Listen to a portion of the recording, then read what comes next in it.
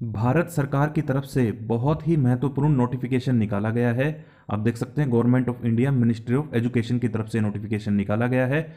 ये नोटिफिकेशन है coaching centre से संबंधित, कि कोचिंग सेंटर के लिए अब नियम जारी कर दिए गए हैं। अब अपनी मर्जी से आप कोचिंग सेंटर नहीं चला सकते हैं। भारत सरकार के नियम अगर आपने पालन किए हैं तभी आप कोचिंग सेंटर चला सकते हैं। पूरे देश भर के लिए ये जो रेगुलेशंस हैं जारी किए गए हैं। आप देख सकते हैं 16 जनवरी को ये नोटिफिकेशन जारी किया गया है। मैं आपको डिटेल में एक एक बात बताऊंगा इस नोटिफिकेशन में, तो इस वीडियो को आप पूरा देखना।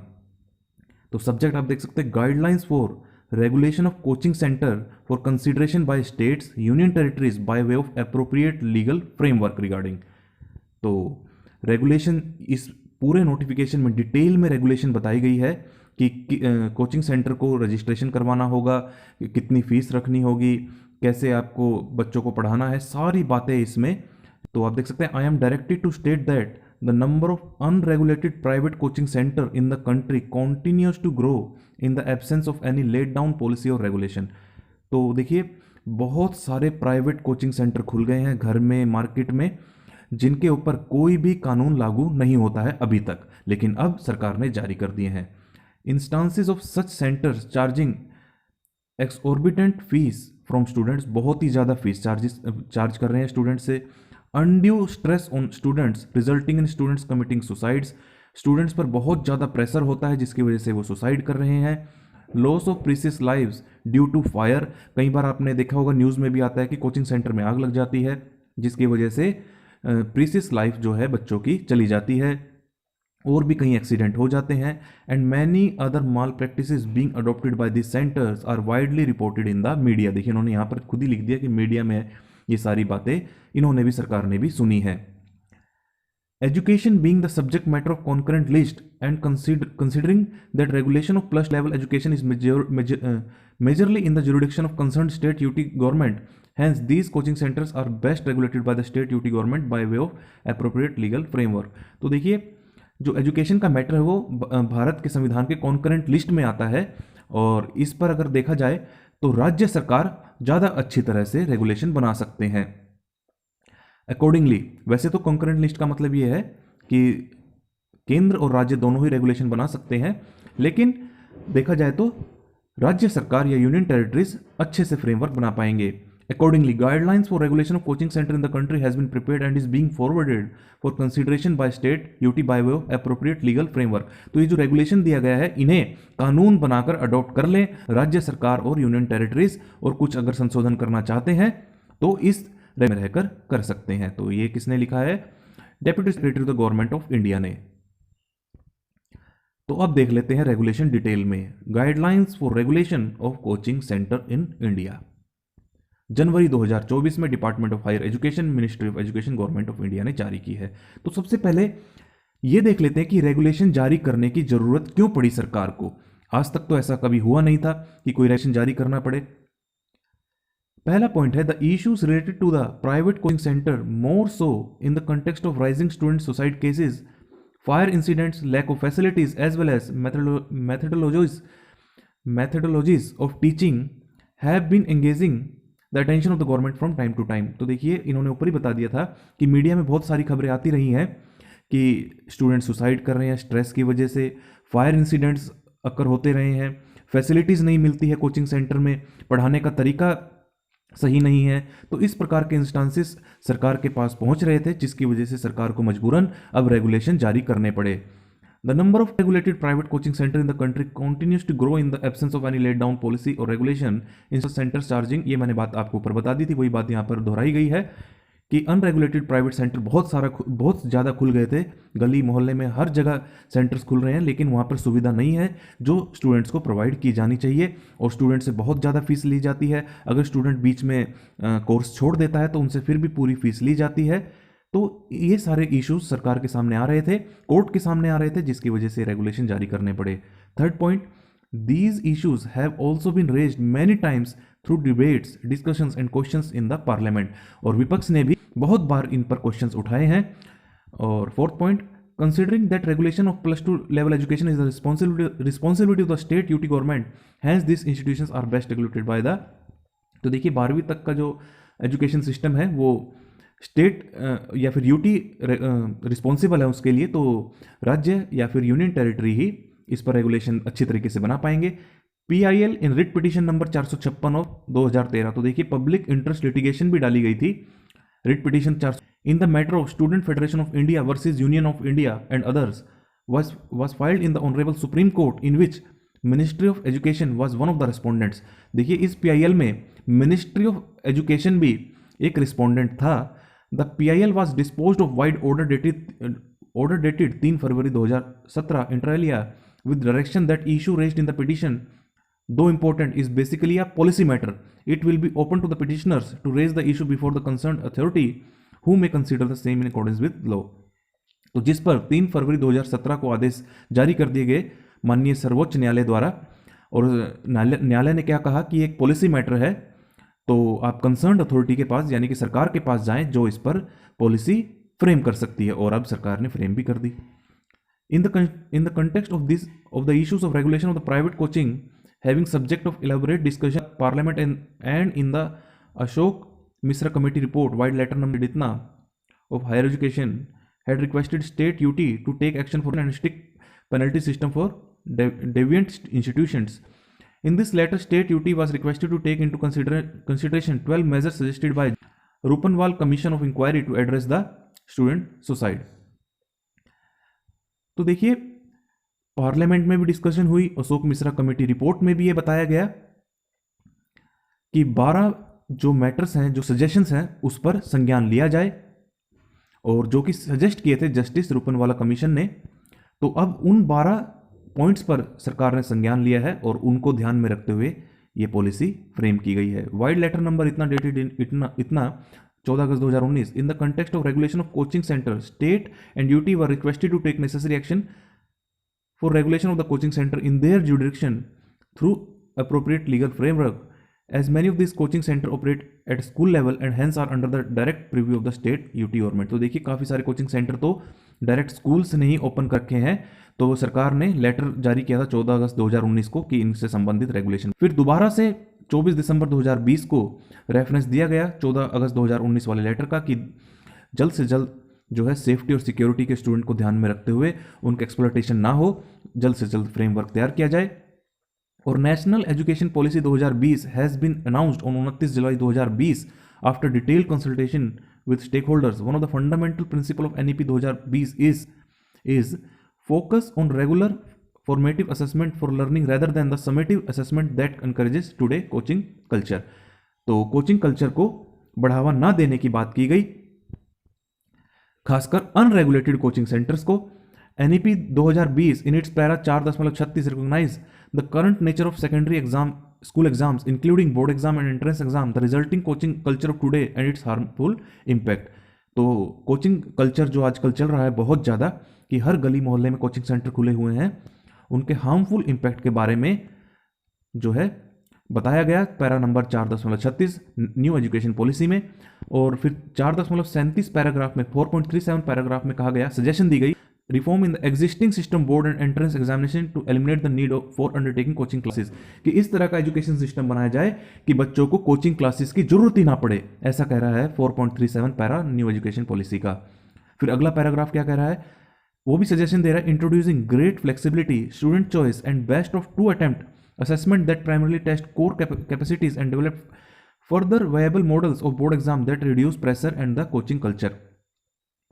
तो कह रहे हैं कि ऐसा सजेशन दी है NEP ने कि फ्लेक्सिबिलिटी हो, स्टूडेंट के पास चॉइस हो, किसकी बेस्ट ऑफ 2 अटेम्प्ट दे, जिसमें से एक अटेम्प्ट जिसमें ज़्यादा नंबर है वो उसको एक्सेप्ट कर सके।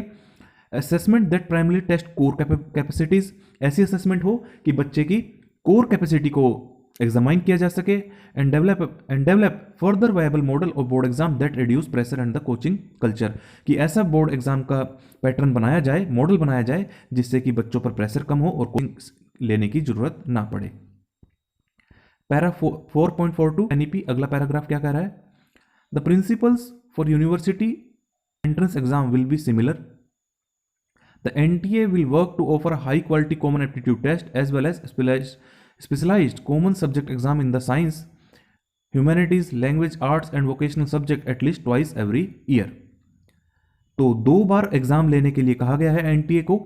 दोबारा से पढ़ लेते हैं। The principle of university entrance exam will be similar. The NTA will work to offer high quality common aptitude test, तो हाई क्वालिटी का एप्टीट्यूड टेस्ट ऑफर करेगा NTA, as well as specialised common subject exam in the science, humanities, language, arts and vocational subject at least twice every year, 2 साल में 2 बार। These exam shall test conceptual understanding and the ability to apply knowledge and shall aim to eliminate the need for taking coaching for these exams. तो conceptual understanding जांची जाए, लेने की आवश्यकता ना पड़े। Student will be able to choose the subject for taking the test, and each university will be able to see each student's individual subject portfolio and admit students into their program based on individual interest and talent। तो छात्रों को ये आज़ादी दी जाए कि वो अपने पसंद के सब्जेक्ट चुन सके और उस पर ही यूनिवर्सिटी असेसमेंट करे, ताकि स्टूडेंट के ऊपर कोई सब्जेक्ट थोपा ना जाए और मजबूरन उसको कोचिंग ना लेनी पड़े। 14th point, the issue related to strategy for elimination of the coaching culture has also been discussed in the detail in the recent issued national curriculum framework। तो नेशनल करिकुलम फ्रेमवर्क पर भी, इस framework में भी coaching centre की जरूरत को eliminate करने पर डिस्कशन की गई। 15th point, government has taken initiatives in line with NEP new education policy to address the issue like common university entrance test, conducting entrance examination in 13 regional languages, substantial expansion of the number of seats in higher education institution and setting up of more and more high quality education institutions। तो सरकार ने भी इस पर प्रयास किया कि coaching की जरूरत ना पड़े। कैसे? एक तो यूनिवर्सिटी एंट्रेंस टेस्ट लेकर, 13 रीजनल लैंग्वेजेस में एग्जाम लेकर, हायर एजुकेशन में सीट बढ़ाकर, हायर एजुकेशन इंस्टीट्यूशन में सीटें बढ़ाकर और हाई क्वालिटी एजुकेशन देकर। नेशनल करिकुलम फ्रेमवर्क यानी कि NCF is take clear steps to address the curriculum matters in schools and matters pertaining to board examinations that contribute to the current undesirable situation। 16th point, in order to help the students to participate well for NEET UG and JEE main entrance examinations, NTA has launched a mobile app, National Test Abhyas, to facilitate candidates access to high quality mock test online free of cost। तो coaching लेने की जरूरत ना पड़े, इसलिए NTA ने क्या किया, एक ऐप लॉन्च किया, mobile app national test Abhyas, जिससे कि छात्र नीट यूजी और जेडब्ल्यू मेन के लिए अभ्यास टेस्ट यानी कि mock test free of cost attend कर सकें। 17th point, the matter has also been taken up with the debaters for taking necessary action under the provision of the Consumer Protection Act 1986 against the coaching center private higher education institution who publish misleading advertisement।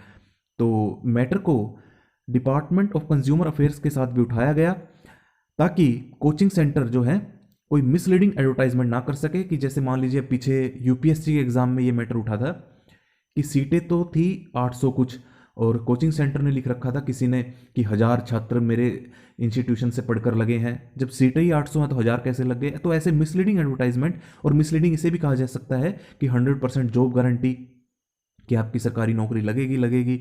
तो इस प्रकार के misleading advertisement को बंद करने के लिए भी सरकार ने डिपार्टमेंट ऑफ कंज्यूमर अफेयर्स के साथ संपर्क किया।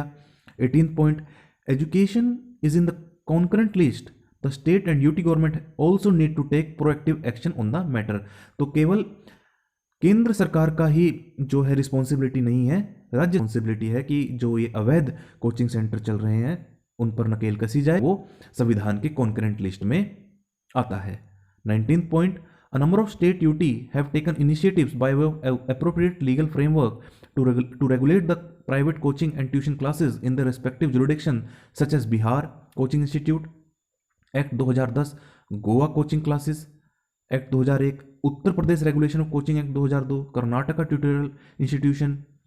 ऐसे ही आगे है Manipur coaching institute regulation act, Rajasthan bill 2023 is also in the public domain, and recently guidelines for reducing stress and improving mental health of students enrolled in coaching institution have been issued by government of Rajasthan on 27 सितंबर 2023। तो देखिए कई सारे राज्यों ने पहले ही initiative ले लिए हैं अवैध कोचिंग सेंटरों पर नकेल कसने के, जैसे कि बिहार, गोवा, कर्नाटका, उत्तर प्रदेश, मणिपुर। 20वां पॉइंट है, while significant steps have been taken to address the issue related to private coaching, the number of unregulated centers necessitates the need for framing a model guideline policy which state UT can adopt for implementation by appropriate legal framework। तो देखिए वैसे तो steps लिए गए हैं राज्य सरकारों द्वारा कि प्राइवेट सेक्टर जो अवैध चल रहे हैं उन पर नकेल कसने के लिए, लेकिन फिर भी एक जो है ब्रॉड पॉलिसी फ्रेमवर्क चाहिएगा जिससे कि सभी राज्य अपना सकें।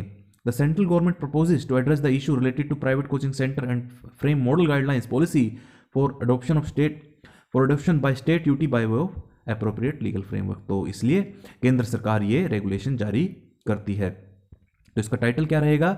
Guidelines for regulation and regulation of registration and regulation of coaching centre 2024। तो कानून का नाम क्या रहेगा? Guidelines for registration and regulation. तो देखिए रजिस्ट्रेशन भी करवाना होगा और रेगुलेशन को मानना भी होगा। उद्देश्य क्या रहेगा? Objective of the guidelines to provide guidelines for the regulation coaching centre for better guidance and assistance to the students in any study programme, competitive examination or academic support. एक तो कोचिंग सेंटर का संचालन, दूसरा student को guidance देना, assistance देना उनकी पढ़ाई से संबंधित, उनके एग्जाम से संबंधित और उनके academic support. Need for the guidance, जरूरत क्यों पड़ी? जरूरत मैंने आपको ऊपर ही बता दी, क्योंकि उनका शोषण हो रहा था छात्रों का अवैध प्राइवेट कोचिंग सेंटरों द्वारा। To provide framework for registration and regulation of coaching centre, एक तो उनका रजिस्ट्रेशन हो ताकि सरकार के संज्ञान में रहे कि कौन कौन से कोचिंग सेंटर चल रहे हैं। To suggest minimum standard requirement to run a coaching centre, तो कि मिनिमम कानून उनको बताया जाए कि कौन कौन से कानून ऐसे हैं जो वो उनको अपनाने ही होंगे, जैसे कि सेफ्टी मेजर्स हो गया, फीस कोई ज़्यादा वसूली ना जाए, इस प्रकार के मिनिमम स्टैंडर्ड उनके लिए लागू किए जाएंगे कि कम से कम ये वाले स्टैंडर्ड तो आपको, ये वाले नियम तो सरकार के मानने ही होंगे। Third point, to safeguard the interest of student enrolled in coaching centre, कि बच्चों का जो है उनका शोषण ना हो, उनकी रक्षा के लिए ये बनाए गए हैं। To advise coaching centre focus on co-curricular activities as well for holistic development of students, तो केवल पढ़ाई पर जोर ना दिया जाए, कोचिंग सेंटर को यह भी समझाया जाएगा कि छात्रों की केवल पढ़ाई पर नहीं बल्कि को करिकुलर एक्टिविटीज पर भी ध्यान दिया जाए ताकि उनका ओवरऑल डेवलपमेंट हो सके।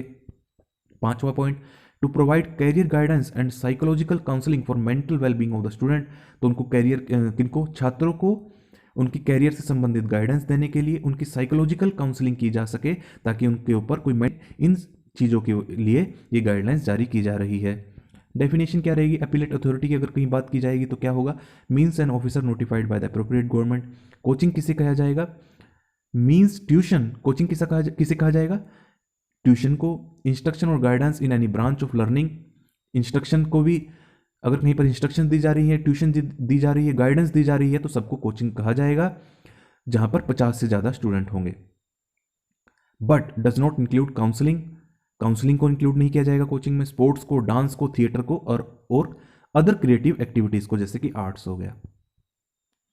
अब कोचिंग सेंटर किसे कहा जाएगा? Includes a centre established, run or administered by any person to provide coaching for any study programme or competitive examination or academic support to student at school, college and university level for more than 50 student. तो देखिए 50 से कम student का अगर आप पढ़ा रहे हैं तो आपका कोचिंग सेंटर नहीं माना जाएगा, फिर आप पढ़ा सकते हैं, फिर आप इन नियमों से बाहर हैं। अगर आप 51 या उससे ज़्यादा स्टूडेंट यानी कि 50 से ज़्यादा, तो आपके ऊपर ये नियम लागू होंगे, क्योंकि 50 से कम तो कोचिंग सेंटर माना ही नहीं जाएगा।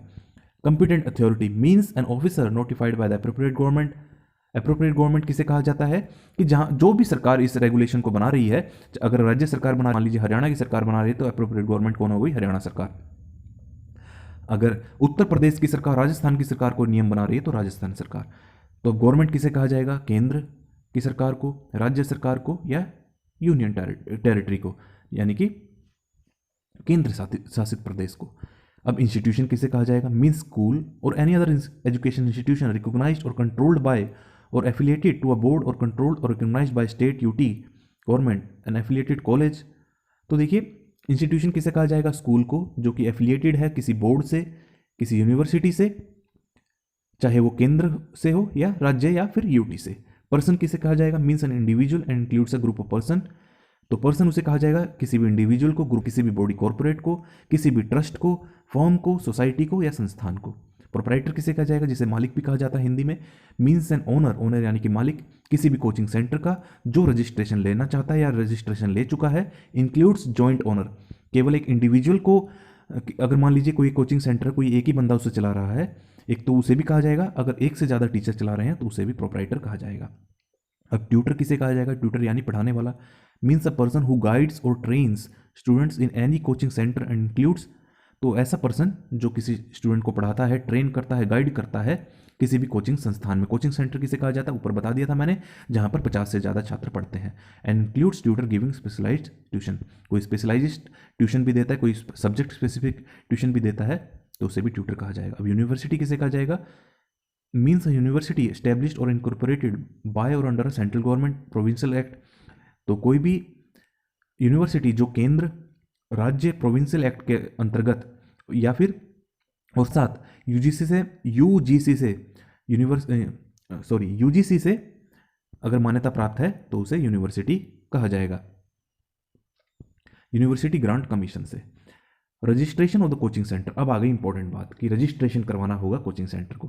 A person shall impart coaching और establish run, manage or maintain a coaching center only with prior registration of such coaching center as per the provision of these guidelines. A person shall impart coaching or establish, run, manage or maintain a coaching center only with prior registration of such coaching center. तो अगर किसी centre को अगर पढ़ाना है किसी teacher को, तो कोचिंग सेंटर खोलना है तो पहले उसे रजिस्ट्रेशन करवाना होगा इन गाइडलाइंस के तहत। Coaching center existing on the date of implementation of the guidelines shall apply for registration within a period of 3 months from the date of implementation of guidelines. अगर पहले से ही कोई जो कोचिंग सेंटर अभी चल रहे हैं उन्हें क्या करना होगा? जैसे ये पॉलिसी लागू होगी, जो लागू हो चुकी है, पॉलिसी जारी हो गई है, इससे 3 महीने के अंदर अंदर रजिस्ट्रेशन करवा लेना है जो भी पहले से कोचिंग सेंटर खुले हुए हैं। Third point, application for the registration of coaching centre shall be made to the competent authority within whose local jurisdiction such coaching centre is situated. तो कहाँ पर आवेदन करना होगा? Shall be made to the competent authority, जो आपकी local jurisdiction में competent authority है, जो भी आपकी सरकार है, राज्य की सरकार, वो आपको बता देगी। तो वहाँ पर जाकर आपको अपना फॉर्म और फी करवानी होगी ताकि आपका रजिस्ट्रेशन हो सके। अगर आपकी एक से ज़्यादा ब्रांचेज हैं तो सभी रजिस्ट्रेशन करवाना होगा सेपरेट, इस बात का आप ध्यान रखें। And it shall be necessary to submit a separate application for registration of each branch. इसलिए मैंने आपको शुरुआत में कह दिया था कि मैं आपको एक एक डिटेल जानकारी जो है डिटेल में दूंगा, एक एक बात बताऊंगा। तो यहाँ पर बता दिया कि अगर आपकी एक से ज़्यादा ब्रांचेज हैं तो सभी का रजिस्ट्रेशन कराना अनिवार्य है। The competent authority shall, within 3 months from the date of receipt of the application for registration of coaching center, either grant the registration certificate in the prescribed form or shall communicate to the applicant his order of refusal to grant such registration after recording reason in writing for such refusal. तो देखिए सरकार को क्या करना होगा? आपने तो 3 महीने के अंदर अंदर आवेदन कर दिया, तो 3 महीने के अंदर जैसे आप आवेदन कर देंगे तो सरकार भी 3 महीने के अंदर अंदर आपको रजिस्ट्रेशन सर्टिफिकेट दे देगी या फिर अपना फैसला सुना देगी कि आपका रजिस्ट्रेशन रिजेक्ट कर दिया गया है with reason. Provided that no order refusing the registration shall be passed except after giving to the person concern a reasonable opportunity of hearing. अगर सरकार आपका जो रजिस्ट्रेशन रिजेक्ट कर रही है तो आपको एक reasonable opportunity of being heard दिया जाएगा, यानी कि आपको सुना जाएगा कि आप अपने तर्क जो है सरकार के सामने रख सके। सरकार ऐसे ही आपका बिना आपकी बात सुने आपका एप्लीकेशन रिजेक्ट नहीं करेगी। The period of validity of the registration certificate shall be decided by the appropriate government unless cancelled earlier for any reason. तो कितने समय तक वैलिड रहेगा वो सरकार डिसाइड कर लेगी, आपकी राज्य सरकार, या फिर जब तक आपका कैंसिल नहीं हो जाता है तब तक वैलिड रहेगा। Every registered coaching center shall apply for renewal of registration certificate to the competent authority 2 months prior to the date of expiry of such registration in such form with such fees and documents as may be specified by the appropriate government. तो देखिए अगर सरकार ने validity रख दी, मान लीजिए 1 साल के लिए वैलिड रहेगा, तो आपको एक्सपायरी डेट आएगी उससे 2 महीने पहले, एक्सपायर होने से 2 महीने पहले आपको फ्रेश रजिस्ट्रेशन रिन्यूअल के लिए अप्लाई करना होगा। 8th point, the competent authority may on receipt of an application for renewal of registration in the prescribed form and on payment of the prescribed fee shall decide on the application for renewal of registration before the expiry of the registration period and may renew the certificate or may communicate the refusal thereof. तो देखिए सरकार को क्या करना होगा, जैसे ही आपने expiry से 2 महीने पहले आवेदन कर दिया रिन्यूअल के लिए, तो सरकार को भी 2 महीने के अंदर अंदर आपको आपका जो एप्लीकेशन रिन्यू करना होगा। अगर रिजेक्ट करना है तो वो भी रीज़न के साथ आपको बताया जाएगा, और अगर रिजेक्ट कर रही है तो आपको सुना भी जाएगा, reasonable opportunity of being heard दिया जाएगा। 9th point, appropriate government shall create a web portal online mechanism to facilitate the registration of coaching centre in faceless manner with minimum human interface. तो देखिए, ऐसा नहीं है कि सरकार आपके ऊपर कोई बर्डन डाल रही है कोचिंग सेंटर के ऊपर कि आपको लाइन में लगना होगा, डॉक्यूमेंट जमा करवाने होंगे, ऐसा बिल्कुल भी नहीं है। सरकार इसके लिए बाकायदा एक web portal, online website launch करेगी, ऑनलाइन मैकेनिज्म तैयार किया जाएगा जिससे आपको घर बैठे ही आप आवेदन कर सकें।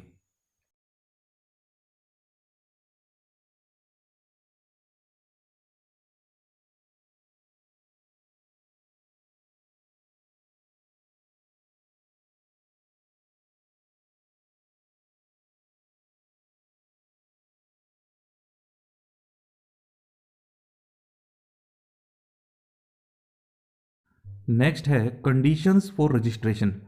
No coaching centre shall engage tutors having qualification less than graduation. तो देखिए, पहले क्या होता था, 12वीं पास टीचर ही छात्रों को पढ़ा देता था, ग्रेजुएशन कंप्लीट नहीं होती थी, पहले ही साथ साथ ग्रेजुएशन के साथ साथ छात्रों को पढ़ाना शुरू कर देता था। यहाँ पर साफ साफ लिख दिया है, अगर आपको कोचिंग सेंटर का रजिस्ट्रेशन करवाना है तो जो भी ट्यूटर होगा, टीचर होगा, वो ग्रेजुएशन से कम उसकी क्वालिफिकेशन नहीं होनी चाहिए। Point B, making misleading promise or guarantee of rank or good marks to parents students for enrolling them in the coaching centre. तो उनका भी रजिस्ट्रेशन नहीं होगा कोचिंग सेंटर का जो कि फॉल्स प्रोमिस करेंगे, मिसलीडिंग प्रोमिस करेंगे, जैसे कि आपके बच्चे की रैंक आ जाएगी हमसे पढ़ेंगे तो, अच्छा अच्छे नंबर आ जाएंगे अगर आप हमसे एनरोल करते हैं तो इस प्रकार के जो प्रलोभन है वो नहीं देने हैं। Enrol students below 16 years of age or the student enrolment should be only after secondary school examination. तो 16 साल से कम उम्र के बच्चे को आप कोचिंग में नहीं पढ़ा सकते हैं, या फिर पढ़ा तब सकते हैं जब उसकी सेकेंडरी स्कूल एग्जामिनेशन कंप्लीट हो चुकी हो। D point, publish or cause to be published or take part in the publication of any misleading advertisement relating to any claim directly or indirectly of quality of coaching or the facilities offered therein or the result produced by such coaching center or the students who attend such classes।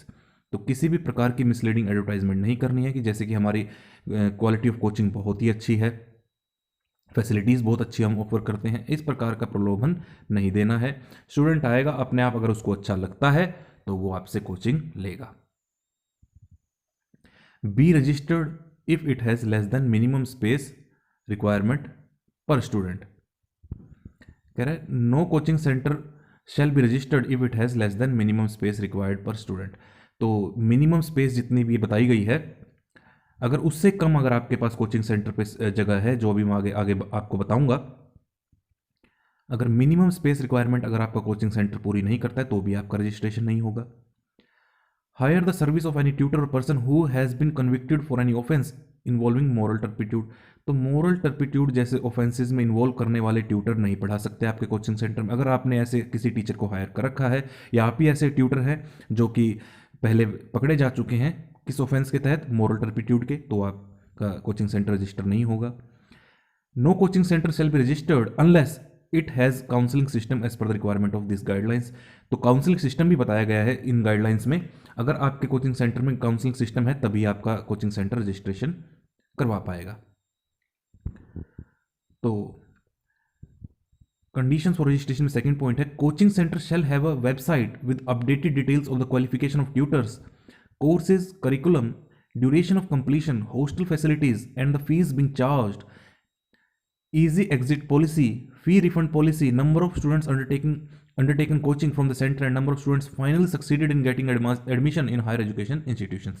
तो देखिए, ये second point में बहुत बड़ी महाभारत यहाँ पर लिख दी है कि एक तो कोचिंग सेंटर के पास अपनी खुद की वेबसाइट होनी चाहिए और उस वेबसाइट पर सभी प्रकार की जानकारी होनी चाहिए, जैसे कि जो टीचर पढ़ा रहा है उसकी क्वालिफिकेशन, जो इन्होंने बता दी है गाइडलाइंस में कि ग्रेजुएशन से कम नहीं होनी चाहिए, कोर्स करिकुलम क्या रहेगा, ड्यूरेशन ऑफ कंप्लीशन क्या रहेगा कि कोर्स का पीरियड कितना रहेगा, 2 महीने, 3 महीने, 6 महीने, हॉस्टल फैसिलिटी है या नहीं, क्योंकि अदर स्टेट से अगर आपके पास कोचिंग पढ़ने आ रहे हैं तो वो कहाँ रहेंगे, हॉस्टल फैसिलिटी आपके पास है या नहीं वो भी वेबसाइट पर बताना है। And the fees being charge, course की कितनी फीस आप चार्ज कर रहे हैं। ईजी एग्जिट पॉलिसी, मतलब कि अगर बच्चा बीच में ही कोर्स छोड़कर जाना चाहे तो कैसे छोड़ सकता है, उसकी प्रोसेस। फी रिफंड पॉलिसी, फीस कैसे रिफंड होगी, आपके कोचिंग संस्थान में अब तक कितने बच्चे पढ़ चुके हैं और उनमें से कितने बच्चे फाइनली एडमिशन ले पाए हायर एजुकेशन सिस्टम में, इंस्टीट्यूशन में आपसे पढ़कर। Third point, coaching centre shall adhere to the various laws, rules, regulation, etc., including separate registration as applicable in the local jurisdiction. अगर आपकी राज्य सरकार ने और कोई भी कानून बना रखे हैं, आपको वो भी फॉलो करने हैं, ये भी फॉलो करने हैं. Documents to be accompanied with the application for registration. तो रजिस्ट्रेशन के साथ आपको कौन कौन से डॉक्यूमेंट देने होंगे? Every application for registration of a coaching center shall be accompanied by an undertaking by the proprietor stating that. तो अंडरटेकिंग देनी होगी मालिक को, प्रोपराइटर को. प्रोपराइटर कौन है, मैंने आपको ऊपर बता दिया था. डेफिनेशन में ओनर होता है, जॉइंट ओनर होता है. ए point, he shall use only the word registered coaching center and shall not use the word recognized or approved or any signboard or any prospectus or correspondence or communication by whatever nature at any place in the coaching center. तो आप केवल जब आपकी registration हो जाएगी, आपको registration certificate मिल जाएगा, तो आप क्या वर्ड यूज कर सकते हैं? Registered coaching centre, ABC registered coaching centre, जो भी आपका कोचिंग सेंटर का नाम है. लेकिन आपको ये वाले वर्ड यूज नहीं, एक तो रिकॉग्नाइज मान्यता प्राप्त, अप्रूव्ड, इस प्रकार के वर्ड आपको यूज नहीं करने हैं अपने कोचिंग सेंटर के साइन बोर्ड पर या फिर प्रोस्पेक्टस पर या फिर किसी भी तरह के कोरेस्पॉन्डेंस या फिर कम्युनिकेशन पर. आप कह दें कि मैंने साइन बोर्ड पर तो नहीं लिखा, लेकिन जो मैं अपने पैम्फलेट छपवाता हूं उस पर मैंने लिख दिया जी अप्रूव्ड और रिकॉग्नाइज्ड, ऐसा नहीं चलेगा. B point, coaching classes for दो students who are also studying in institutions schools shall not be conducted during their institution school hours. Coaching classes for those students who are also studying in schools shall not be conducted during their school hours. तो मान लीजिए कोई छात्र school में पढ़ रहा है और कोचिंग का समय आपने ऐसा रख दिया कि जैसे सुबह 9 से 2 बजे के बीच में. अब 9 से 2 बजे तो स्कूल होता है बच्चे का, और आप उसी टाइमिंग के दौरान कोचिंग सेंटर का टाइमिंग रख रहे हैं अपना, तो अब बच्चा स्कूल जाएगा कि कोचिंग में जाएगा? तो आपको ऐसा विरोधाभासी जो समय नहीं रखना है कि जो कॉन्ट्राडिक्ट करे स्कूल टाइमिंग्स को. C point, the necessary information regarding the qualification of the tutor, time table of the coaching class, the fee charge and the general information. ये तो सारी बातें जो ऊपर बता दी थी किसका रजिस्ट्रेशन नहीं होगा, तो ये सारी चीज़ें आपको अपनानी थी, और यही सारी चीज़ें जब आप रजिस्ट्रेशन के लिए जाएंगे तो आपको दिखानी होंगी, क्योंकि ये तो गाइडलाइंस हैं. क्या? एक तो आपकी क्वालिफिकेशन जो कि ग्रेजुएशन से अधिक होनी चाहिए ट्यूटर की, टाइम टेबल कोचिंग क्लास का, अच्छा कितनी फीस आपने चार्ज करी, जनरल इन्फॉर्मेशन कोई आप देना चाहते हैं as specified regarding the coaching class shall be displayed on the website and notice board at prominent place in the premises of the coaching centre shall be placed. तो websites और उस website पर सारी जानकारी वेबसाइट की सारी जानकारी आप एक प्रोमिनेंट प्लेस पर जहां सबको दिख सके वहां पर आप लगा दें. इस प्रकार का भी आप डॉक्यूमेंट जो है रजिस्ट्रेशन के समय जमा करवा दें कि मैंने ये सारी गाइडलाइंस पूरी की हैं. D point, he, she or any tutor or person employed in any manner in the coaching center has not been convicted of any offense involving, ये बात ऊपर बता दी थी कि moral turpitude वाला कोई भी टीचर नहीं पढ़ा सकता है. इस बात का भी आपको डॉक्यूमेंट जो है एक अंडरटेकिंग जो है कंपिटेंट अथॉरिटी को जमा करवानी है, यानी कि रजिस्ट्रेशन के साथ डॉक्यूमेंट, क्योंकि हम पढ़ रहे हैं क्या कि रजिस्ट्रेशन के साथ आपको क्या क्या डॉक्यूमेंट, रजिस्ट्रेशन करवाने के लिए क्या क्या डॉक्यूमेंट आपको जमा करवाने हैं. तो जो गाइडलाइंस बताई गई है वही वाले डॉक्यूमेंट आप जमा करवाएंगे कि कोई भी आपका टीचर मोरल टर्पिट्यूड के लिए कन्विक्ट ना हुआ हो, ऐसा एक डॉक्यूमेंट आप जमा करवा दें. E point, he she shall abide by the condition regarding the specified number of student to be admitted in the coaching classes. तो नंबर ऑफ स्टूडेंट एक बैच में कितने होंगे उससे संबंधित भी आप जानकारी जमा करवा दें, उससे भी संबंधित कोई गाइडलाइन होगी तभी इन्होंने यहाँ पर पॉइंट लिखा, नीचे हम देख लेंगे. He she shall abide by the other terms and conditions of this guidelines. तो और भी जितनी भी कंडीशंस यहाँ बताई गई हैं वो भी सारी आप जमा करवा दें. The application for renewal of the registration shall be accompanied by a copy of the statement of accounts audited bye CA. तो रजिस्ट्रेशन के साथ आपको और क्या देना है? स्टेटमेंट ऑफ अकाउंट जो कि ऑडिटेड हो चार्टर्ड अकाउंटेंट द्वारा. फीस क्या रहेगी? तो फीस भी देख लेते हैं. The tuition fees for different courses curriculum being charge shall be fair and reasonable and receipt for the fees charge must be made available. तो देखिए जो आपकी कोचिंग की फीस होगी ट्यूटर की वो कैसी होनी चाहिए? फेयर एंड रीजनेबल होनी चाहिए, और उसकी आप रसीद देंगे छात्र को. पहले क्या होता था कैश दे दिया कोई रसीद नहीं, अब आपको रसीद भी देनी होगी ताकि डॉक्यूमेंटेड हो सके कि आपने फीस ली है, ताकि आपका इनकम टैक्स में ब्यौरा आ सके. The coaching centre must issue a prospectus mentioning the different courses curriculum, their duration of completion, number of classes, lecture, tutorial, hostel facility, ये बात ऊपर भी बता दी थी. And the fees being charge, easy exit policy, fee refund etcetera. The detail shall also be displayed at prominent and accessible place in the premises of the building.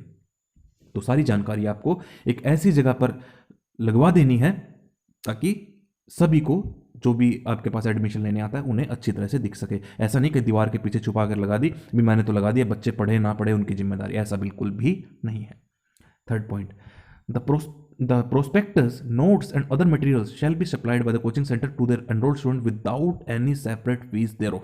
तो देखिए अब तक क्या होता था, जब हम भी कोचिंग लेते थे क्या होता था कि कोचिंग की फीस अलग 7,000 8,000, अब तो बढ़ गई है, और जब आपको बुक्स इशू होती थी उसकी फीस अलग। ऐसा बिल्कुल भी नहीं कर सकते। आप एक जो है कंसोलिडेटेड फीस चार्ज कर लें, जिसमें आपकी ट्यूशन की फीस प्लस बुक्स का जो पैसा है, नोट्स का पैसा है, मटेरियल का पैसा है, प्रोस्पेक्टस का पैसा है, उसमें इंक्लूडेड हो, अलग से आप चार्ज नहीं करेंगे। Fourth point, if the student has paid for the course in full and is leaving the course in the middle of the prescribed period, students will be refunded from out of the fees deposited earlier for the remaining period on pro rata basis within 10 days. If the student is staying in the hostel of the coaching center, then the hostel fees and mess fees etc. shall also be refunded। मान लीजिए कोई छात्र आपका 3 महीने का course है और वो 2 महीने का कोर्स करके चला जाता है, तो आपको प्रो रेटा बेसिस पर उसकी फीस वापस करनी होगी, यानी कि 1/3 फीस आपको वापस करनी होगी विद इन 10 डेज, जैसे ही वो स्टूडेंट छोड़ता है, उसके छोड़ने के 10 दिन के अंदर अंदर। और केवल ट्यूशन फीस ही नहीं, आपको अगर वो आपके हॉस्टल में रहता था, आपकी मेस का फैसिलिटी का भी यूज़ करता था, तो उसके भी आपको रिफंड करना होगा। पहले क्या होता था कि अगर आप कोचिंग छोड़कर चले जाते तो आपकी पूरी फीस लग जाती थी, आपको कोई रिफंड नहीं मिलता था। Fifth point, under no circumstances the fees on the basis of which enrollment has been made for a particular course and duration shall be increased during the currency of the course। अब पहले क्या होता था, वैसे तो ये costing में हम पढ़ते हैं एस्केलेशन क्लोज, लेकिन ये कोचिंग सेंटर में नहीं चलेगा ये एस्केलेशन क्लोज, कि मान लीजिए आपने कहा कि कोई आपके पास छात्र आया कि 3 महीने का कोर्स है, इसकी 5,000 रुपये फीस लगेगी, तो 5,000 रुपये फीस आपको लेनी है। तीसरे महीने आप ये नहीं कह सकते कि अब तो महंगाई बढ़ गई है, मैं आपकी फीस बढ़ा रहा हूँ। एक बार जो फीस डिसाइड हो गई during the currency of the course, यानी कि जब तक आपका कोर्स चलता आप फीस नहीं बढ़ा सकते उस छात्र की। अब बात करते हैं इंफ्रास्ट्रक्चर रिक्वायरमेंट की, जो ऊपर उन्होंने बताया था कि रजिस्ट्रेशन के लिए मिनिमम स्पेस रिक्वायर्ड है, वो सारी बातें यहां पर करते हैं। With in the basic structure of the coaching centre a minimum 1 square meter area may be allocated for each student during a class batch. There shall be sufficient infrastructure in proportion to the number of students enrolled। तो देखिए एक छात्र पर minimum कम से कम 1 square metre area आपकी जमीन का होना चाहिए, तभी आपका रजिस्ट्रेशन होगा कोचिंग सेंटर का, तभी आप कोचिंग सेंटर चला पाएंगे और एनरोलमेंट करवा पाएंगे छात्रों की, अन्यथा नहीं। The coaching centre building shall adhere to the fire safety codes. तो जो आपकी कोचिंग सेंटर की बिल्डिंग है वो फायर सेफ्टी, जो फायर विभाग है आपका डिपार्टमेंट, उसके सेफ्टी नॉर्म्स को पूरा करता हो, वहां से एनओसी ले लें आप। Building safety code and other standard and obtain a fire and building safety certificate, जिससे मैं एनओसी कह रहा हूँ वो ये कह रहे हैं सर्टिफिकेट ले लें, fire and building safety certificate from the appropriate authority. Appropriate authority क्या हो गई, फायर डिपार्टमेंट ही देगा, फिर भी आप पता कर लें जो भी एप्रोप्रिएट गवर्नमेंट आपके वहाँ पर इशू करती है। Third point, for the assistant of the student, for the assistance of the students coaching centre shall have first aid kit and medical assistant treatment facility. तो जैसे बस में होता है कि फर्स्ट एड बॉक्स लगा होता है, वैसे अब आपको कोचिंग सेंटर पे भी रखना होगा फर्स्ट एड बॉक्स, ताकि मेडिकल असिस्टेंट टाइमली दिया जा सके। List of referral services like hospital, doctor for emergency service, police helpline detail. तो आपको अपने सेंटर पे इमरजेंसी हेल्पलाइन नंबर भी लिखने होंगे, जैसे हॉस्पिटल के, डॉक्टर्स के, police helpline number, fire brigade के, women helpline number, child helpline number, जो आप अक्सर सरकारी विभागों में, संस्थानों में देखते हैं, सार्वजनिक स्थानों पर देखते हैं, अब वो आपको अपने कोचिंग संस्थान पर भी लगाने होंगे। Fourth point, the coaching center building shall be fully electrified, well ventilated and sufficient lighting arrangement shall be made in each classroom of the building। तो वेंटिलेशन प्रॉपर होना चाहिए, इलेक्ट्रिसिटी प्रॉपर होनी चाहिए, लाइटनिंग का अरेंजमेंट अच्छा होना चाहिए, ताकि बच्चों को अपने नोट्स साफ साफ दिख सकें। Safe and portable drinking water shall be available for all student and staff of the centre. तो सेफ एंड पोर्टेबल, साफ सुथरा पानी और पोर्टेबल, यहाँ से वहाँ ले जाया जा सके, ऐसा ड्रिंकिंग वाटर की फैसिलिटी आपको उपलब्ध करवानी होगी। Coaching center may be suitably fitted with CCTV cameras wherever required and security shall be well maintained। तो सिक्योरिटी भी आपको मेंटेन करनी होगी, किस रूप में, CCTV कैमरा के रूप में। A complaint box or register may be placed at the coaching center for the student to raise a complaint। जैसे डाकघर में कंप्लेंट बॉक्स लगा होता है, सार्वजनिक स्थानों पर लगा होता है सरकारी विभागों में, वैसे ही आपको एक कंप्लेंट बॉक्स लगाना होगा, ताकि अगर छात्र को आपके संस्थान से कोई सजेशन देनी है, कंप्लेंट करनी है, ग्रीवेंसेस है उनकी कोई, तो वो आप तक पहुंचा सके उचित माध्यम द्वारा, यानी कि कंप्लेंट बॉक्स में लिखकर डाल सके। Coaching centre shall have committee for addressal of comment grievance of student. तो अब आपको एक कमेटी भी बनानी होगी अपने कोचिंग संस्थान में, जो उस बॉक्स में लेटर डाले गए हैं उसको पढ़े और उनके छात्रों को ग्रीवेंसेस को, कंप्लेंट्स को, उनकी दिक्कतों को दूर कर सके। 8वां point, provision for separate toilet for male and female shall be made within the coaching centre building premises. ये तो हर जगह होता है, तो इसमें कोई नई बात नहीं है कि मेल और फीमेल कैंडिडेट्स के लिए, छात्रों के लिए, छात्र छात्राओं के लिए अलग अलग टॉयलेट फैसिलिटी आपको बनानी होगी। करिकुलम की बात कर लेते हैं हम। Classes, coaching centre shall make efforts to complete the classes in the stipulated time as mentioned in the prospectus. तो जो आपने कमिटमेंट किया था प्रोस्पेक्टस में, उतने समय में आप अपनी क्लासेस कंप्लीट कर लें। कोचिंग क्लासेस फॉर दो students who are also studying institutions school shall not be conducted during the institution school hours so that their regular attendance in such institution school remain unaffected and also to avoid dummy class schools।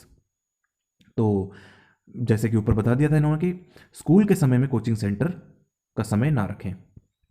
Remedial और support classes may be provided to student who require additional support in their academics. तो अगर किसी छात्र को जो दोबारा से पढ़ने की आवश्यकता पड़ रही है, अगर कोई एक्स्ट्रा कोई चैप्टर उसको समझ नहीं आ रहा, उसको सपोर्ट चाहिए आपसे, तो उसकी फैसिलिटी भी आपको प्रोवाइड करनी होगी, जैसे कि रेमेडियल और सपोर्ट क्लासेस, जिसको एक्स्ट्रा क्लासेस भी कह देते हैं हम कई बार, कि अगर किसी छात्र को कोई प्रॉब्लम हो रही है कुछ चीज़ को समझने में, तो आप समाधान कर पाएँ। 4th point, the curriculum class time table may be suitably spaced out to allow the student to relax and recuperate and thus not build additional pressure on them. तो जो क्लास का टाइमिंग है, करिकुलम है, ऐसा होना चाहिए, ऐसा space होना चाहिए, फ्लेक्सिबल होना चाहिए, ताकि छात्र को भी अपने लिए समय मिल जाए, ऐसा ना हो कि उनके ऊपर अनड्यू प्रेशर बन जाए। Coaching centre shall ensure weekly off for student as well as tutor. तो वीकली ऑफ रखना होगा, हफ्ते में एक दिन कम से कम, ताकि ट्यूटर को, पढ़ाने वाले को भी और पढ़ने वाले छात्रों को भी थोड़ा अपने लिए समय मिल सके, रिलैक्स हो सके। There shall be no assessment test exam on the day after weekly off. तो जैसे मान लीजिए संडे को आपने ऑफ रखा, मंडे को टेस्ट ना रख दें। अगर आप, ऐसा क्यों कहा सरकार ने, अगर मान लीजिए आपने टेस्ट रख दिया मंडे का और संडे की छुट्टी होती है, तो फिर वो संडे इस्तेमाल ही कहाँ हुआ उनके लिए, उनको तो फिर पढ़ना पड़ गया संडे को। इसलिए सरकार ने कह दिया कि हम आप छुट्टी दे रहे हैं, लेकिन ऐसा ना हो कि आप होमवर्क के रूप में उनको असेसमेंट टेस्ट दे दें।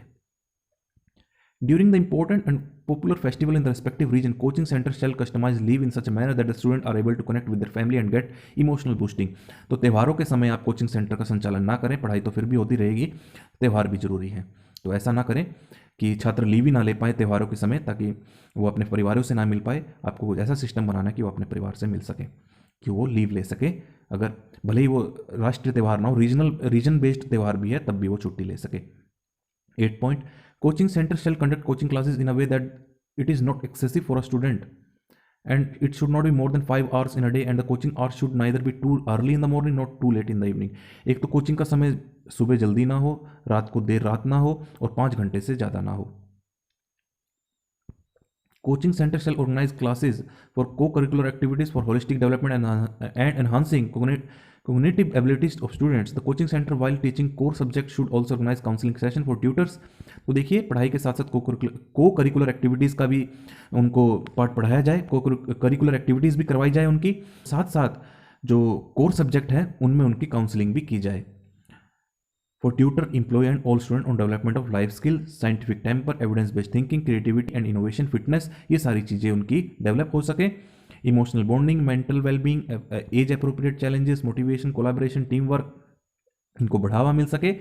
Problem solving and logical reasoning उनकी बढ़ सके। Ethical and moral reasoning, knowledge and practice of human and cultural values, personal safety, fundamental duties, citizen skills. तो ये सारी कोकुलर एक्टिविटीज हो गई, केवल पढ़ाई पर ही रट्टे मारने पर जोर ना दिलवाया जाए। Code of conduct bye the coaching का भी आपको ध्यान रखना है, क्या है। The number of students to be enrolled in each class batch may be clearly defined in the prospectus and published on website. In no such case enrollment shall be increased in class batch during the currency of the course।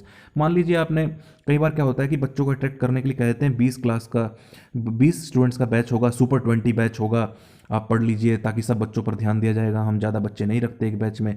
और पता चलता है जैसे आते जा रहे हैं 20 के 50 हो गए, ये नहीं चलेगा। 20 कहे हैं प्रोस्पेक्टस में तो 20 ही होने चाहिए।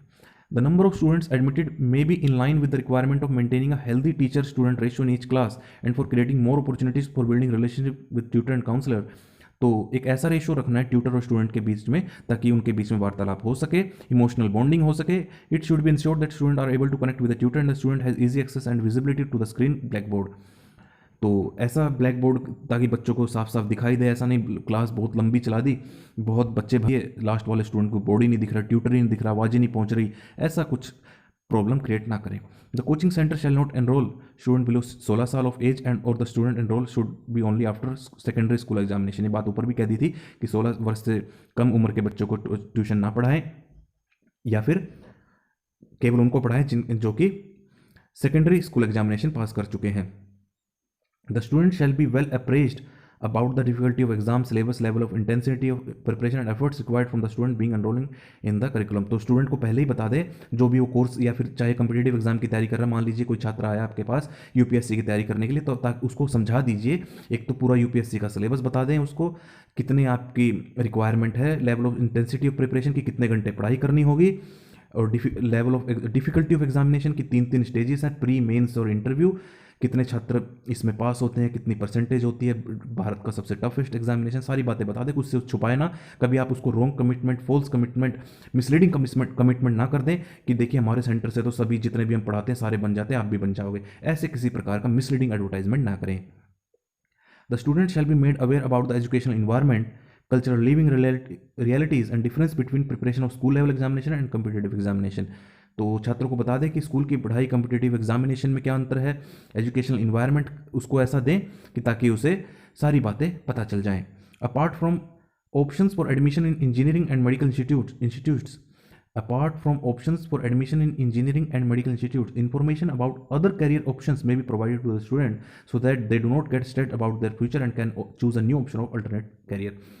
तो देखिए मान लीजिए कोई छात्र आया इंजीनियरिंग की तैयारी करवाने की, मुझे तो आईआईटी में एडमिशन लेना है या मेडिकल के इंस्टीट्यूशन में एडमिशन लेना है, तो केवल 2 ही ऑप्शन है. ऐसा ना करें. उसको बता दें कि अगर आपका एडमिशन ना भी हो पाए तो आपके पास और बहुत सारी अपॉर्चुनिटीज़ हैं करियर में, कि आप कोई गलत कदम ना उठा लें अगर आपका इंजीनियरिंग या मेडिकल इंस्टीट्यूशन में एडमिशन नहीं होता है. तो उसे बहुत सारे ऑप्शंस बता दें कि केवल इंजीनियरिंग या मेडिकल ही नहीं है, और भी ऑप्शंस है. 7th point, an admission or mock test to assess the capability of the student may be conducted. Based on the capability and interest of the student, the coaching center may convey the realistic expectation of the student capability to parent and suggest the way forward. तो देखिए student को झूठी तसल्ली ना दें. Admission लेने आए किसी भी छात्र का पहले मॉक टेस्ट ले लें और उसकी कैपेबिलिटी जान ले और उसको बता दें कि आप ये कोर्स कर पाएंगे या ना कर पाएंगे, और आगे का रास्ता बता दें कि क्या आपके लिए सही रहेगा, और उसके पेरेंट्स को भी. The student and parents shall be made aware that admission in the coaching centre is no way guarantee of success for admission in the institution like medical, engineering, management, law etcetera और in the competitive examination. उनके parents को साफ साफ बता दें कि आप मेरे संस्थान में एडमिशन ले तो रहे हैं, बच्चे को कोचिंग तो पढ़वा रहे हैं, लेकिन हम ऐसी कोई गारंटी नहीं देते हैं कि आपका बच्चा 100% लग ही जाएगा कॉम्पिटिटिव एग्जाम में, सरकारी नौकरी लग ही जाएगी, या मेडिकल या इंजीनियरिंग कॉलेज में, मैनेजमेंट, लॉ इंस्टीट्यूशन में एडमिशन हो ही जाएगा. ऐसे मिसलीडिंग वादे ना करें. Coaching center should conduct periodical workshop and sanitization session regarding students' mental health in collaboration with mental health professionals. तो periodic workshop भी conduct करवाएं and sanitization session भी conduct करवाएं, खासकर उनके साथ mental health professional के साथ, ताकि student की mental health maintain रह सके. Coaching center should create awareness among student and parent regarding the pedagogy, the timeline of the course and the facilities available in the coaching centre. तो सारी बातें बता दें. ये बात दोबारा रिपीट हो रही है. टाइमलाइन, कोर्स का ड्यूरेशन, फैसिलिटीज़ क्या है, और they may be counselled about negative impact of unnecessary mental pressure and burden of expectation on the children. और उनको नेगेटिव इंपैक्ट के बारे में बता दें कि बच्चा कोचिंग लेता तो उसको ये लगता है कि मैं तो सरकारी नौकरी लग ही जाऊँगा, तो उसके इंपैक्ट के बारे में बता दें. हो सकता है कि ना भी लगे. ये सारी बातें पेरेंट्स को बता दें. Coaching center shall not make public the result of assessment test conducted by it, keeping the assessment test confidential.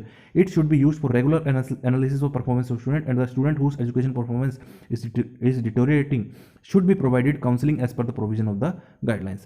तो देखिए अगर कोई ट्यूशन असेसमेंट टेस्ट ले छात्र का, तो उसे सार्वजनिक ना करे, बल्कि उसका इस्तेमाल ऐसे करे कि अगर उसकी परफॉर्मेंस घट रही है तो उसकी परफॉर्मेंस को बढ़ाने के इस्तेमाल के लिए लाया जाए, ना कि अपनी इंस्टीट्यूशन के एडवर्टाइजमेंट के लिए.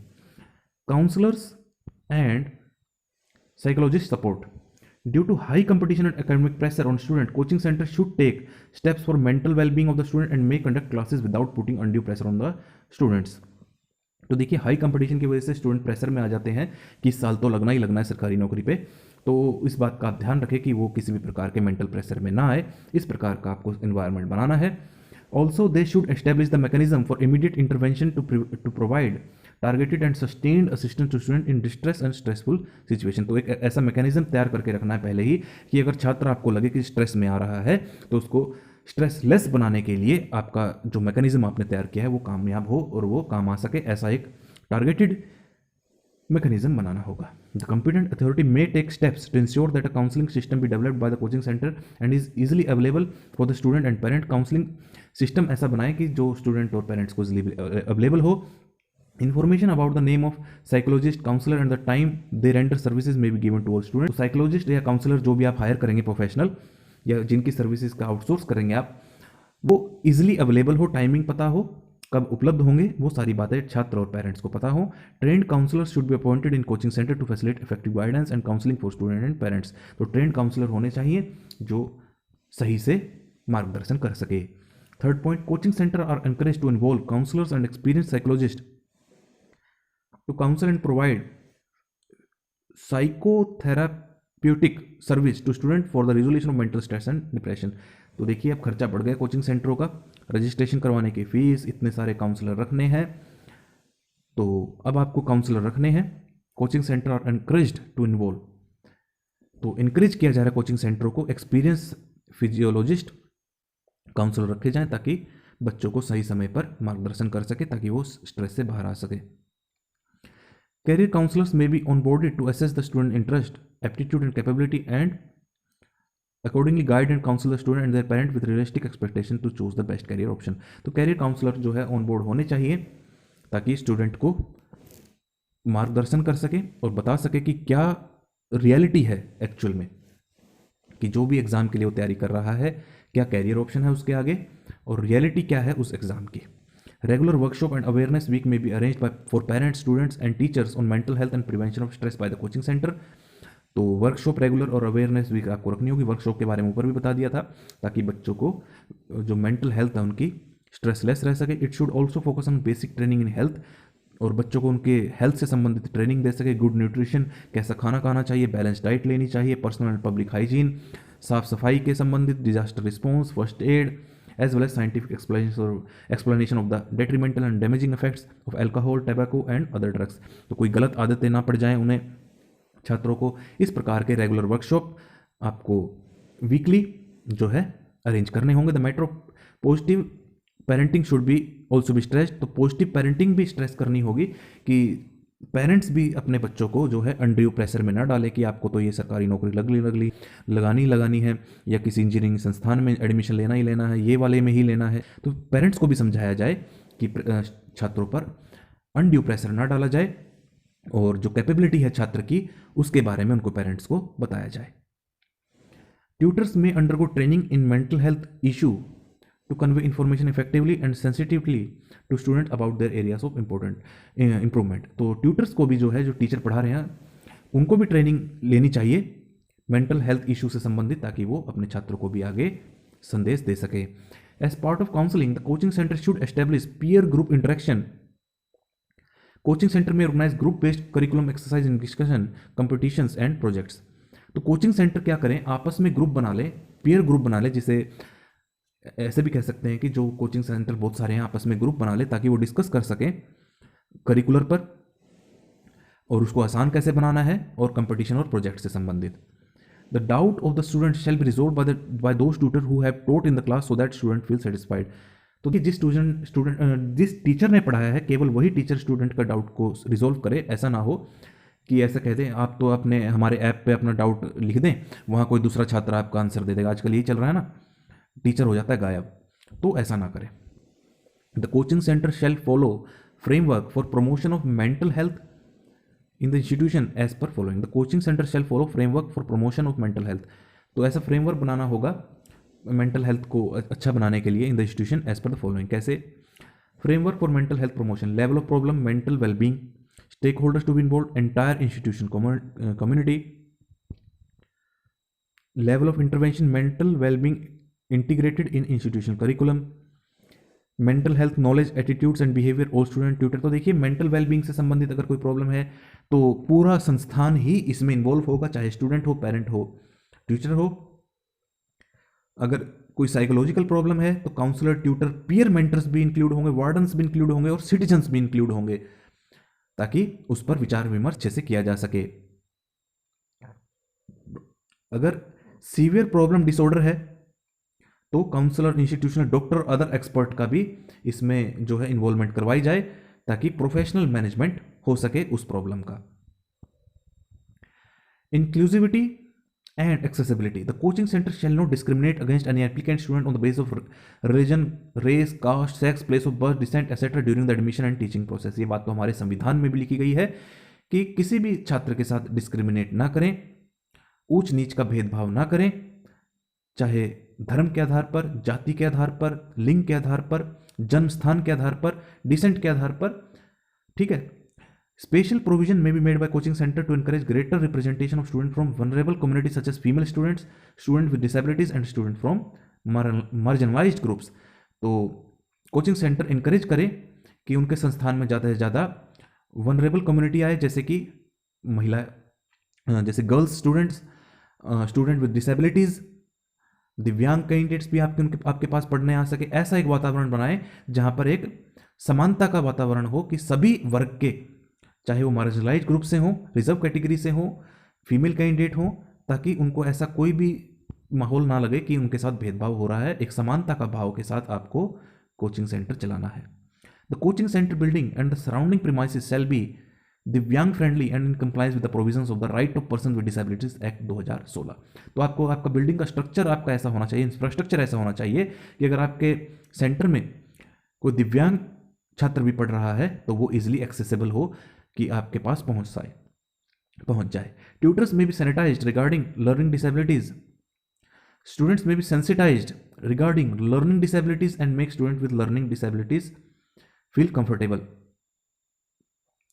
तो स्टूडेंट, टीचर्स के पास ऐसा ज्ञान होना चाहिए या उनको ऐसा ट्रेन किया जाना चाहिए ताकि जो स्टूडेंट दिव्यांग है वो अनकंफर्टेबल फील ना करे पढ़ते हुए। दिव्यांग friendly provision such as braille e readers and toilets etcetera may be made wherever possible. तो दिव्यांग जनों के लिए जो ई रीडर्स होते हैं, जो ब्रेली लैंग्वेजेस होती हैं, उसका भी अगर आपके वहाँ पर पढ़ रहे हैं तो उसका भी इंतजाम किया जाए, टॉयलेट का इंतजाम किया जाए, ताकि वो इजिली एक्सेसिबल हो सके। Support classes may be provided to student with disabilities who require additional support in their academics. अगर किसी पर्सन विद डिसेबिलिटीज या छात्र आपके पास आता है तो उसके लिए एक्स्ट्रा सपोर्ट क्लास, आप उसे एक्स्ट्रा सपोर्ट दें अगर उसे कोई जरूरत है। Batch segregation on academic performance ground shell not be done as it lead to excessive pressure on the student affecting their mental health. Batches should be formed in order of entry admission of student and the batch shall not be changed till completion of the course.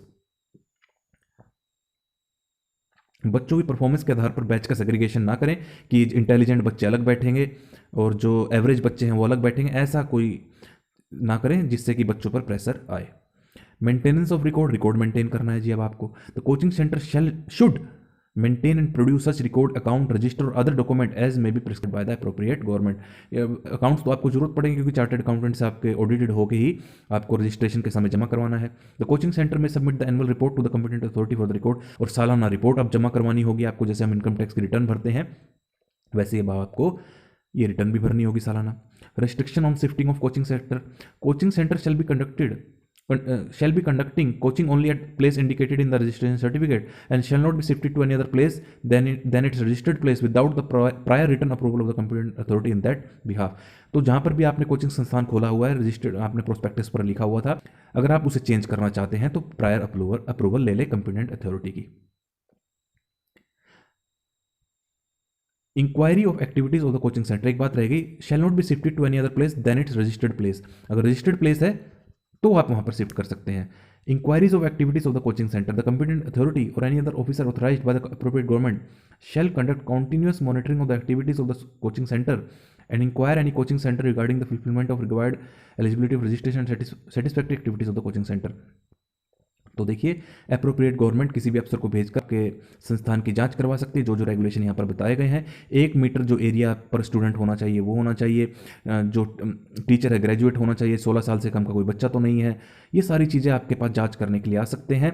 आपने sign board सही से लगवा रखा है कि नहीं, सभी जानकारी दे रखी है कि नहीं, वेबसाइट पर सारी जानकारी है या नहीं, तो सेफ्टी नॉर्म्स का आपने पालन किया है कि नहीं, तो सरकार कभी भी आपकी ये सब चीज़ें जांच कर सकती है।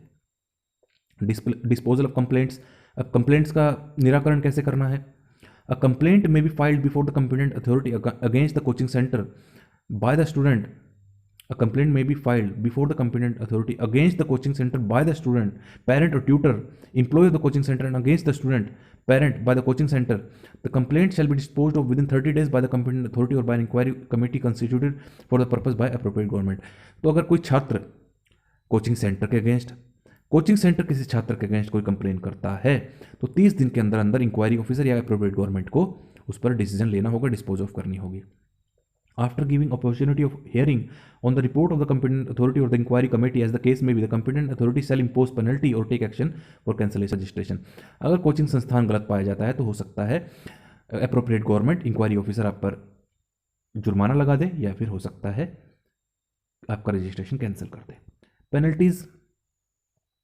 The competent authority shall have power of the civil court.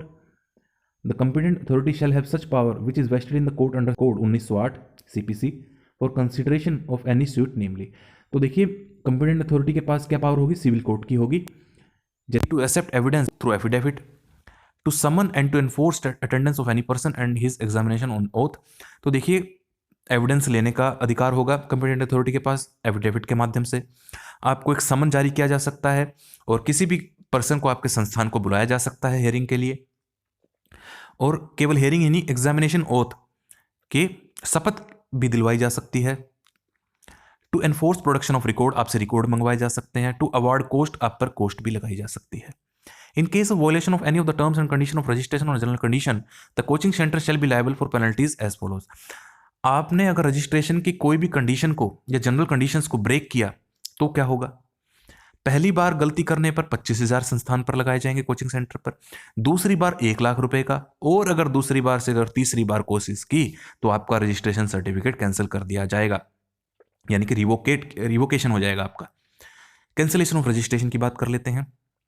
The certificate of registration granted to the coaching centre without prejudice to any other penal action that may be taken for violation of relevant law at any time be cancelled if the concerned competent authority is satisfied that the coaching center has contravened any of the provision of the guidance or violated any of terms and conditions subject to which the registration was granted. तो registration जिस conditions पर आपको दिया गया था, अगर आपने वो ब्रेक कर दी तो आपका रजिस्ट्रेशन सर्टिफिकेट कैंसिल हो सकता है। Provided that no such order shall be passed by the competent authority without giving the holder of such certificate a reasonable opportunity of being heard of showing cause against the proposed order. तो ये तो कानून में लिखा ही होता है कि जब भी सरकार आप पर कोई पेनल्टी या आपका रजिस्ट्रेशन सर्टिफिकेट कैंसिल करेगी तो आपको एक reasonable opportunity of being heard, यानी कि आपको सुना जाएगा कि आप अपना पक्ष रख सकें। अपील की जाएगी। Any person agreed by the order of refusal to register a coaching centre or its renewal or cancellation of registration may within 30 days from the date of receipt of such order appeal to the appellate authority in the manner as may be specified by the appropriate government. मान लीजिए आपने आवेदन किया था registration के लिए, आपको 3 महीने के अंदर रजिस्ट्रेशन नहीं मिला या रजिस्ट्रेशन रिजेक्ट कर दिया या रिन्यूअल के लिए अप्लाई किया था वो रिजेक्ट हो गया, तब आप क्या करेंगे? तब आप अपीलेट अथॉरिटी में जाएंगे 30 दिन के अंदर अंदर कि आप अपना पक्ष वहां पर रखें, मेरा रजिस्ट्रेशन नहीं हुआ या रिजेक्ट हो गया, तो आप अपीलेट अथॉरिटी के पास जा सकते हैं अगेंस्ट कंपिटेंट अथॉरिटी। तो देखिए 13 पेजेस कंप्लीट हो चुके हैं, मैंने एक एक लाइन पढ़कर आपको बता दी है।